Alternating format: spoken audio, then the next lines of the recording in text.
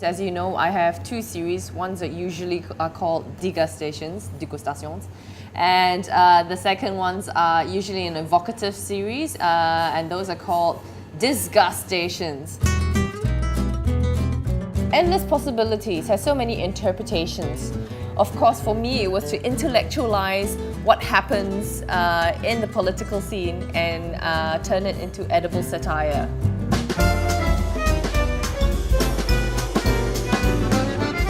So the first dish, of course, you're always welcomed by my amuse-bouche, my signature dish, the signature coddled maple syrup egg with fleur de sel and crouton dust. Then we had the Endless Possibility dish.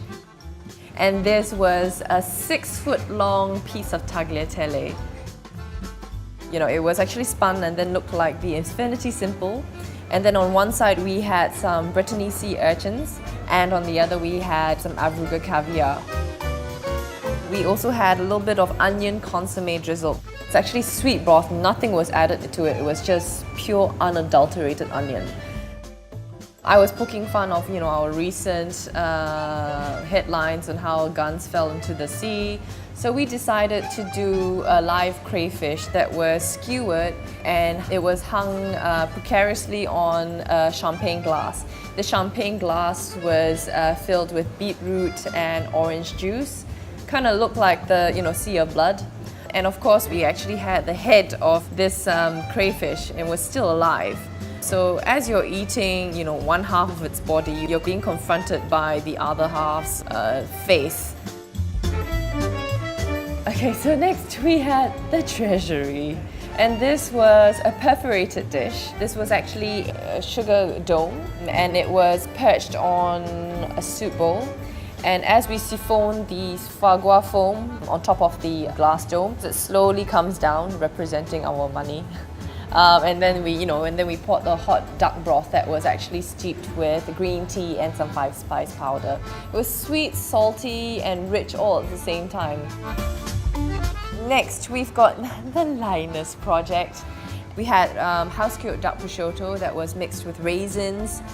It was wrapped in Pakistani mango and then served drizzled with some soda dressing. This was served on squished cans. Our first mains is the pillars of empowerment. And of course, I just had to serve a pan-seared red herring in my dish. And of course, you have the accompaniment of a few pillars of vegetables, served with a very nice Grand Marnier Beurre Blanc sauce.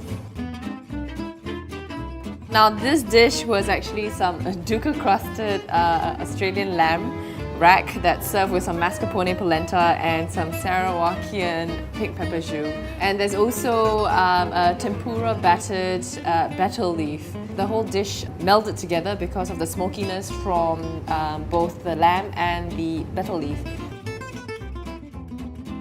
Now next then we had the government BS, which was some brownie fudge and some salted caramel. We also had some bitter pomelo inside to cut through the sweetness of the entire dish. And of course, this we had some alcoholic coffee espresso that was actually spiked with amaretto, frangelico, and kahlua. Of course, as you pour this, the entire dish dissolves into a smoking pile of crap. Of course, it tasted very good, I can assure you that.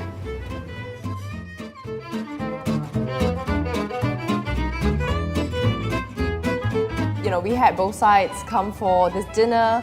But of course, when you come for a dinner like this, and we do, when I stage these political eat-in protests, the whole point is that you're meant to leave your political inclinations at home and come to Bistro with a sense of humour.